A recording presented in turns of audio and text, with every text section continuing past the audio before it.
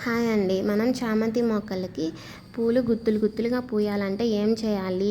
ఇవి ఎలాంటి సాయిల్లో నాటుకోవాలి? వీటికి ఎలాంటి ఫెర్టిలైజర్స్ ఇవ్వాలి? వీటికి చీడ పడితే ఏం చేయాలి? ఇలాంటివన్నీ మనం ఈ వీడియోలో చూద్దాము. వీడియో ఎండ్ వరకు చూడండి. ఫస్ట్ ఆఫ్ ఆల్ చామంతి మొక్కల్ని మనం నర్సరీ నుంచి తెచ్చుకున్న వెంటనే నాటకూడదు. ఎందుకంటే నర్సరీ వాతావరణం వేరుగా ఉంటుంది, మన ఇంటి వాతావరణం వేరుగా ఉంటుంది. 1 or 2 days అలా పక్కన ఉంచడం వల్ల మన ఇంటి వాతావరణానికి ఆ మొక్క అలవాటు చేసుకుంటుంది. అలాగే ఈ మొక్కని నాటేటప్పుడు మనం ఫెర్టైల్ సాయిల్ యూస్ చేయాలి. వీటిలో ఆర్గానిక్ మ్యాటర్ ఎక్కువ ఉండేలా చూసుకోవాలి. అలాగే డ్రైనేజ్ విషయానికి వస్తే వెల్ డ్రైన్గా ఉండేలా చూసుకోవాలి. వీటిలో కానీ వాటర్ నిల్వ ఉంటే మొక్కలు కుళ్ళిపోయే ఛాన్సెస్ ఉంటాయి. వీటికి ఎప్పటికప్పుడు వాటర్ పోయేలా చూసుకోవాలి.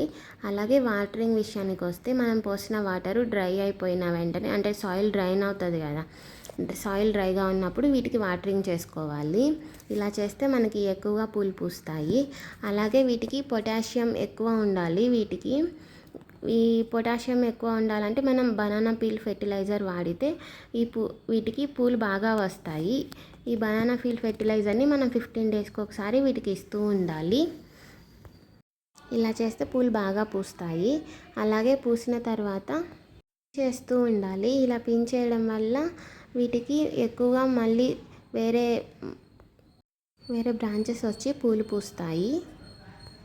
మనం పల్లెటూరులో కానీ చూస్తూ ఉంటే అసలు ఒక గుట్టగా ఒకదాని తర్వాత ఒకటి మొత్తం అల్లుకుపోయి ఎక్కువ పూలు కనిపిస్తూ ఉంటాయి. ఎందుకంటే వాళ్ళు ఎప్పటికప్పుడు పూలు కోసేసుకుంటూ ఉంటారు. వాళ్ళు పెట్టుకోవడమో దేవుడికి పెట్టడమో ఇలా చేస్తూ ఉంటారు. అందుకని వాటికి పక్కన పిలకలు కూడా వచ్చి మళ్ళీ పూలు వస్తూనే ఉంటాయి. సీజన్ మొత్తం అలా పూస్తూనే ఉంటాయి.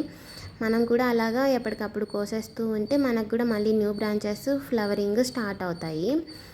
ఈ మొక్కలకి ఇదేనండి ఎక్కువ, అంతే.